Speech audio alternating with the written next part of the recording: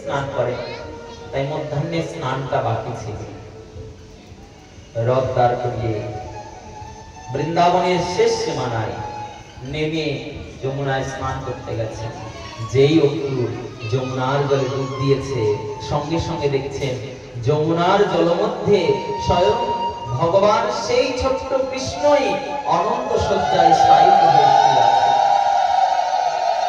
যেই দেখেছেন অক্রুরের হৃদয় চমকিত হয়ে গেছে, সঙ্গে সঙ্গে আবার উঠেছে, উঠে রথের দিকে তাকিয়েছেন, দেখছে হ্যাঁ কৃষ্ণ বলরাম দুইজনে রথে আছেন। তাহলে আমি জলের মধ্যে কাকে দেখলাম?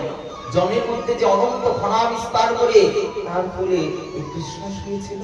আবার জলে ঢুকতে এবার কি দেখলেন? এবার দেখছেন এবার অনন্ত না, সেই দাদা বলরাম, তার কোলে মাথা দিয়ে সেই কৃষ্ণ শুয়ে আছে। আমি কি দর্শন করলাম? আবার উঠলেন, উঠে দেখছেন না রথে কৃষ্ণ বলরাম আছে। বুঝে গেলেন কংস, না না আমি কৃষ্ণ বলরামকে না, আমি কংসের কালকে সঙ্গে করে নিয়ে যাচ্ছি, আমার কোনো ভয় নেই।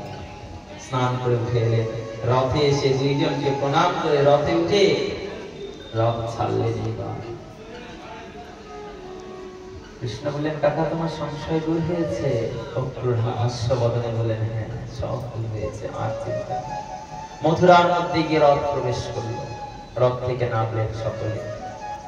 মথুরার পথ ধরে ধরে হেঁটে হেঁটে যাচ্ছে। যত মথুরাবাসীগণ তারা যেন অবাক দৃষ্টিতে তাকিয়ে রয়েছে কৃষ্ণের দিকে, অবাক দৃষ্টিতে তাকিয়ে রয়েছে ব্রজবাসীদের দিকে।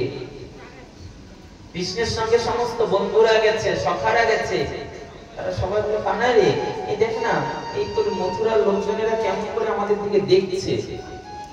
আমরা গ্রাম থেকে এসেছি তো সেই জন্য হয়তো আমাদেরকে দেখে তাদের মনটা কেমন জানি করছে।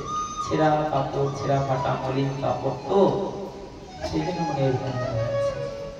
কৃষ্ণ, এটা তো তোর মামার বাড়ি, একটু বস্ত্র কাপড়ের একটু ব্যবস্থা করে দিতে পারবি না?